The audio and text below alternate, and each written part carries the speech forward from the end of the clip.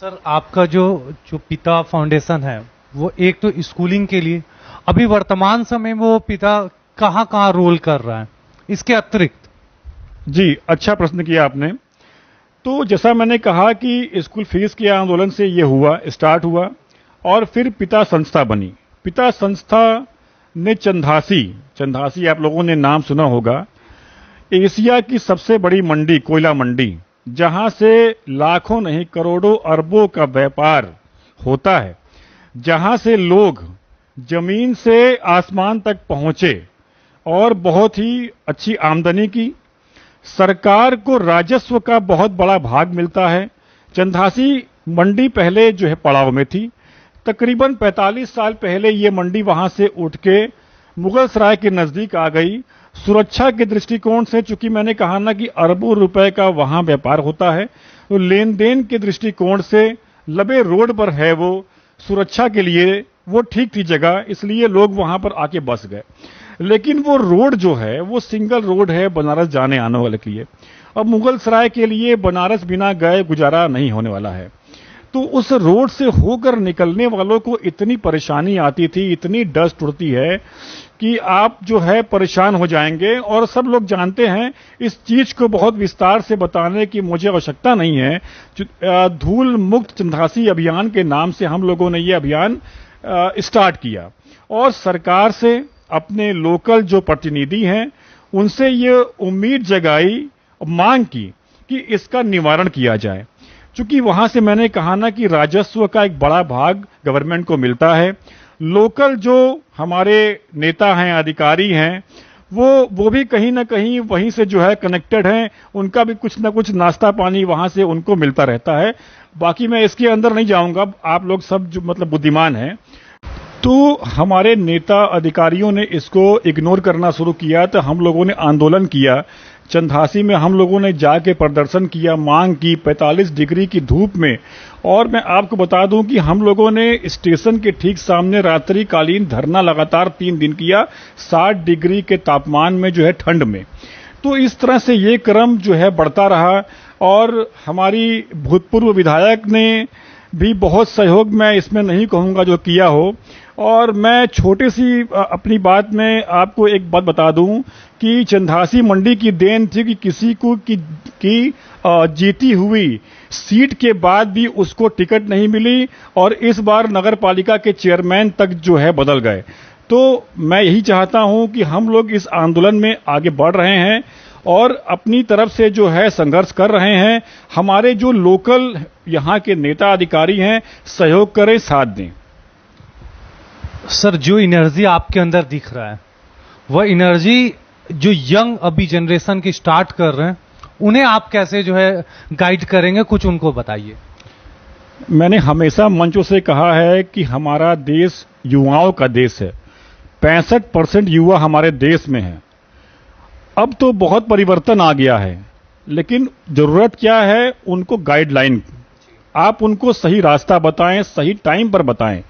Energy बहुत है उनके अंदर, एक रास्ता वो भटक जाते हैं, कभी कभार राजनीति में और कभी कभार जो है कुछ एक दूसरे के धर्म पर टीका टिप्पणी करने में। तो ये सबसे बचें और अपने देश सेवा की तरफ ध्यान दें, निष्पक्ष होकर मानव सेवा, देश सेवा की तरफ अग्रसर रहें और सबके ऊपर जो है ध्यान दें कि हम लोग विश्व में हमारे भारत का नाम बहुत आगे तक जाए। बहुत बार ऐसे होता है कि जो सोशल रिफॉर्मर होते हैं उन्हें ऐसा लगता है कि जो बच्चे हैं, जो यंग हैं, उन्हें लगता है कि मेरे पास फाइनेंशियली नहीं मैं एक्टिव हूं, तो इसलिए मैं सोशल सर्विस नहीं करता हूं या नहीं करना चाह रहा हूं। तो वैसे लोगों को आप क्या गाइड करें? ये बिल्कुल ही जो है गलत ये धारणा है कि अगर मेरे पास पैसा नहीं है तो मैं किसी का सहयोग, सेवा नहीं कर सकता। 3 चीजें कही गई हैं और हमारे बुजुर्गों के मुख से ही कही गई हैं। बुजुर्गों की बातें कभी भी जो है गलत नहीं होती है, कभी ना कभी आपके लाइफ में उसकी सच्चाई आप खुद मानते हैं कि हाँ, हमारे बुजुर्गों ने ये सही कहा। उन्होंने कहा क्या, तन मन धन। अगर तन से, मन से, धन से, किसी भी एक चीज से आप सामने वाले की सेवा, नीडी आदमी की सेवा करते हैं, तो ये बहुत ही पर्याप्त है।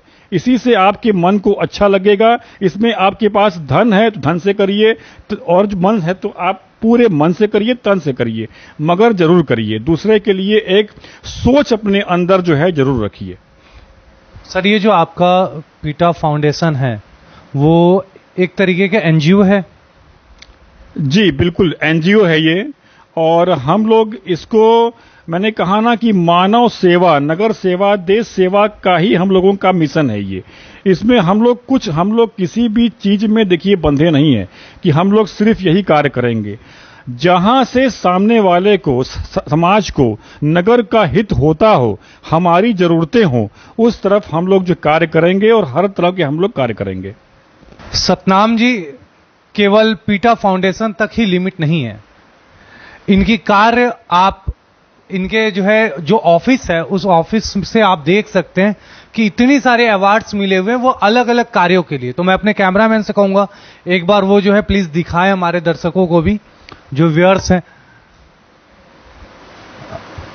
कोविड-19 से लेते हुए इन्हें विविध साहित्यिक सांस्कृतिक संगम 2021 में भी उत्तर प्रदेश पत्रकार परिषद द्वारा भी इन्हें अवार्ड मिला।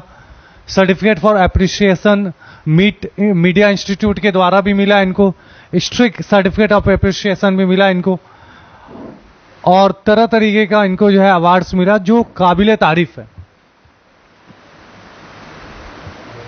अंत में मैं यही कहूंगा कि अगर आप इसी तरीके से लगातार जो यंग है वो यंग भी आप लगातार कार्य करते रहिए, क्योंकि काम करने से क्या है कि अगर आप लोगों की मदद करते हैं तो लोगों की मदद करने से आपको एक काम तो बहुत बेहतर हो जाएगा कि आपकी अंदर की जो आत्मा है वो बड़ा सुकून सा रहेगा। सर, आप क्या कह रहे हैं? आपने बिल्कुल ठीक कहा कि सुकून बहुत मिलता है। देखिए, आप कहीं से इसमें आप अगर आइए, किसी भी सेवा में आइए तो निस्वार्थ होके आइए। और मैं इस चैनल के माध्यम से आप सभी से कहता हूं कि आप सब आइए, पिता संस्था के साथ आप लोग जुड़िए और सेवा में हम लोगों का हाथ बटाइए, लेकिन निष्पक्ष, निस्वार्थ होकर। और कहीं से भी देश में किसी भी तरह का माहौल बिगड़े, ऐसा ना हम चाहते हैं और ना आप अपने अंदर ऐसी कोई भावना रखिए। धन्यवाद। जय हिंद। बहुत बहुत धन्यवाद। आप हमारे चैनल पे अगर नए हैं तो जरूर आप चैनल को सब्सक्राइब करिएगा। वीडियो अगर सर का पसंद आया तो लाइक करिए और हाँ, शेयर करना ना भूलिएगा। बहुत बहुत धन्यवाद।